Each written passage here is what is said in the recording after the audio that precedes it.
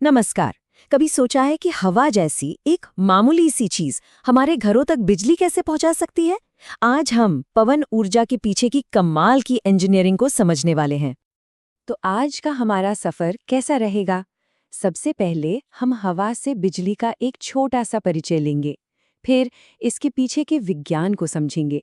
उसके बाद हम देखेंगे कि पवन टरबाइन असल में काम कैसे करती हैं। कुछ जरूरी फॉर्मूले जानेंगे और आखिर में भविष्य की संभावनाओं पर बात करेंगे। तो चलिए शुरू करते हैं। तो सबसे पहले ये समझते हैं कि हवा से बिजली बनाने का ये आइडिया है क्या? कभी सोचा है कि ये बड़े बड़े पंखे जो इतने धीरे धीरे घूमते हैं हमारे घरों को रोशन कैसे कर देते हैं? क्या ये कोई जादू है? नहीं, बिल्कुल नहीं। सच कहूं तो ये उतना ही वैसा है जैसे बचपन में हम वो कागज की फिरकी को फूंक मारकर घुमाते थे। बस ये बहुत बहुत बड़े स्केल पर होता है। तो भाई ये काम करता कैसे है? इसके लिए हमें हवा की ताकत के पीछे की साइंस और फिजिक्स को समझना होगा। हवा मतलब क्या? हवा मतलब चलती हुई एयर। और जब भी कोई चीज चलती है या मोशन में होती है तो उसमें खास तरह की एनर्जी होती है जिसे हम कहते हैं काइनेटिक एनर्जी, यानी गतिज ऊर्जा। इसे एक क्रिकेट की बॉल के उदाहरण से समझते हैं। सोचिए, एक फास्ट बॉलर जब गेंद फेंकता है तो उसमें कितनी ताकत होती है, और वही गेंद अगर कोई धीरे से फेंके तो गेंद तो वही है, पर सारी गेम वेलोसिटी की है। बस यही है वेलोसिटी की ताकत। और यहीं पर आता है इंजीनियर्स का सीक्रेट, एक फॉर्मूला जो बताता है कि हवा में असल में कितनी पावर छुपी है। और यही फॉर्मूला इस पूरी टेक्नोलॉजी को समझने की चाबी है। चलिए इस फॉर्मूले को आसान टुकड़ों में तोड़ते हैं। रो यानी हवा का घनत्व, बिल्कुल वैसे जैसे लस्सी पानी से ज्यादा गाढ़ी होती है। ए यानी स्वेप्ट एरिया, मतलब टरबाइन के ब्लेड्स कितना एरिया कवर करते हैं, जैसे एक बड़ी पतंग छोटी पतंग से ज्यादा हवा पकड़ती है। और वी है वेलोसिटी, यानी हवा की रफ्तार, बिल्कुल हमारे तेज गेंदबाज की डिलीवरी की तरह।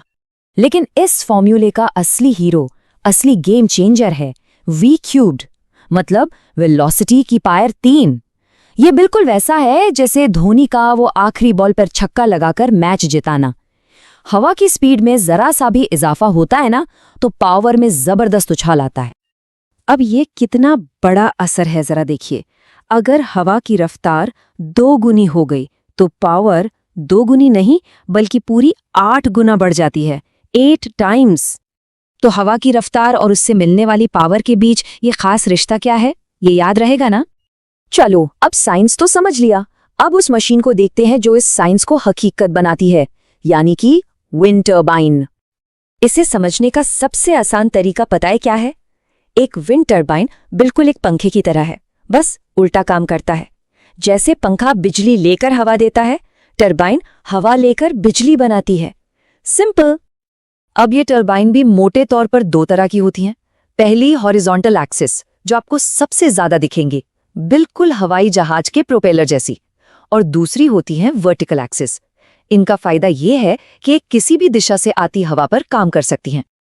और ये ऊर्जा बदलती कैसे है, इसकी पूरी जर्नी देखिए। सबसे पहले हवा ब्लेड्स को धक्का देती है जिससे मैकेनिकल पावर बनती है। फिर अंदर एक गियर बॉक्स होता है जो इस धीमी रफ्तार को कई गुना तेज कर देता है। ये तेज रफ्तार एक जनरेटर को घुमाती है और बस बन गई बिजली। और फिर ये बिजली ग्रिड से होती हुई हमारे घरों तक पहुंच जाती है। तो बताइए, एक विंड टरबाइन कौन सी 2 मेन तरह की पावर को एक दूसरे में बदलती है? अब आते हैं वापस उस जरूरी फॉर्मूले पर। इसे याद रखने का एक बहुत ही आसान तरीका है जो एग्जाम में बहुत काम आएगा। बस ये लाइन याद रख लीजिए, पावर पाने का प्लान आधा रोए वी 3 मान। कितना सिंपल है ना? इस एक लाइन से ये फॉर्मूला हमेशा याद रहेगा। तो विंड पावर फॉर्मूले को याद रखने का वो आसान तरीका क्या था? तो हमने साइंस समझी, मशीन देखी और फॉर्मूला भी याद कर लिया। अब इन सब को जोड़कर देखते हैं कि ये सब जानना हमारे भविष्य के लिए इतना जरूरी क्यों है। चलिए फटाफट 4 सबसे जरूरी बातें दोहरा लेते हैं।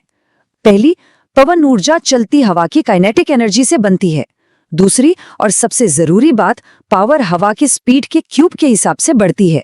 तीसरी, टरबाइन एक उल्टे पंखे की तरह है। और चौथी, इसके 2 मेन डिजाइन हैं, हॉरिजॉन्टल और वर्टिकल एक्सिस। देखिए, ये सिर्फ टेक्स्ट बुक का एक चैप्टर नहीं है, ये एक साफ सुथरी, एक बेहतर दुनिया का ब्लूप्रिंट है। इंजीनियर्स की आने वाली पीढ़ी के लिए ये ज्ञान वो ताकत है जिससे भारत का एक सस्टेनेबल एनर्जी फ्यूचर बनाया जा सकता है। इंडिया रिन्यूएबल्स की तरफ तेजी से बढ़ रहा है और ये एक बहुत बड़ा मौका है। तो सवाल ये है कि कल के इंजीनियर बनकर भारत के भविष्य को एक नई दिशा देने के लिए पवन की इस ताकत का इस्तेमाल कैसे किया जाएगा? ये एक ऐसा सवाल है जो हम सबके आने वाले कल से जुड़ा है।